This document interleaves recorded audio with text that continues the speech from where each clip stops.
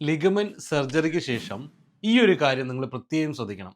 ചില ആളുകൾ എന്നോട് പറഞ്ഞിട്ടുണ്ട്, എക്സർസൈസ് ഒക്കെ ചെയ്യുന്നുണ്ടെങ്കിലും ഇടയ്ക്കൊക്കെ ലെഗിന് ഒരു ടയേർഡ്നെസ് അനുഭവപ്പെടുന്നുണ്ടെന്ന്. അല്ലെങ്കിൽ സാധാരണ കുറേയധികം റെസ്റ്റിന് ശേഷം നിങ്ങൾ ആക്ടിവിറ്റീസിലേക്ക് ഇറങ്ങുന്ന സമയത്ത് ചില ആളുകൾക്ക് കാലിലൊരു ഷിവറിംഗ് ഉള്ള പോലെ അനുഭവപ്പെടുന്നു, ബലക്കുറവുള്ള പോലൊക്കെ അനുഭവപ്പെടുന്നു എന്ന് പറയാറുണ്ട്. ഇതൊരു ഇമ്പോർട്ടൻ്റ് ആയിട്ട് മനസ്സിലാക്കേണ്ട ഒരു വാർണിംഗ് സിംറ്റമാണ്. എന്താന്ന് വെച്ച് കഴിഞ്ഞാൽ മസിൽസ് ഒരു പരിധി വരെ മാത്രമാണ് നമുക്ക് ടയേർഡ്നെസ് ഇല്ലാണ്ട കാര്യങ്ങളൊക്കെ ചെയ്യാൻ പറ്റുക.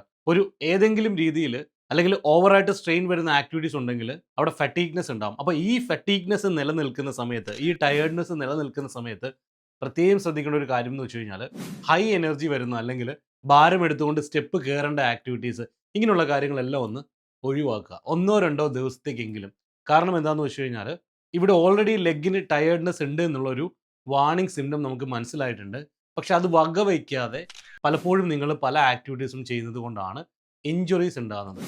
പ്രത്യേകിച്ച് കാഫ് മസിൽസിൻ്റെ കാര്യത്തിലൊക്കെ പറഞ്ഞു കഴിഞ്ഞാൽ കാഫ് മസിൽസിൽ പെയിനും അതുപോലെ തന്നെ കാഫ് മസിൽസിലൂടെ ടയർഡ്നെസ്സും കുറച്ചൊന്ന് നടന്നാലേ ലെഗിന് കഴയ്ക്കുക അല്ലെങ്കിൽ ക്ഷീണം ഉണ്ടാവുക, ഇങ്ങനെയുള്ള കണ്ടീഷൻസ് ഒക്കെ ഉണ്ടെങ്കിൽ പ്രത്യേകിച്ച് മനസ്സിലാക്കണം, ഇത് ശരീരം തരുന്ന ഒരു വാർണിംഗ് സൈൻ ആണ്. ഇത് കറക്റ്റായിട്ട് മനസ്സിലായതിനു ശേഷം മാത്രമേ നിങ്ങൾ ഓവർ സ്ട്രെയിൻ വരുന്ന ആക്ടിവിറ്റീസ് ചെയ്യാൻ പാടുള്ളൂ. ഇല്ലെങ്കിൽ ഒരു പക്ഷേ ഇഞ്ചുറീസ് ഉണ്ടാവാനുള്ള ചാൻസ് ഉണ്ട്. സർജറി കഴിഞ്ഞ ആളുകൾക്ക് റീ ഇഞ്ചുറി ഉണ്ടാവാനുള്ള ചാൻസസും ഉണ്ട്. ഇത് പ്രത്യേകം ശ്രദ്ധിക്കുക.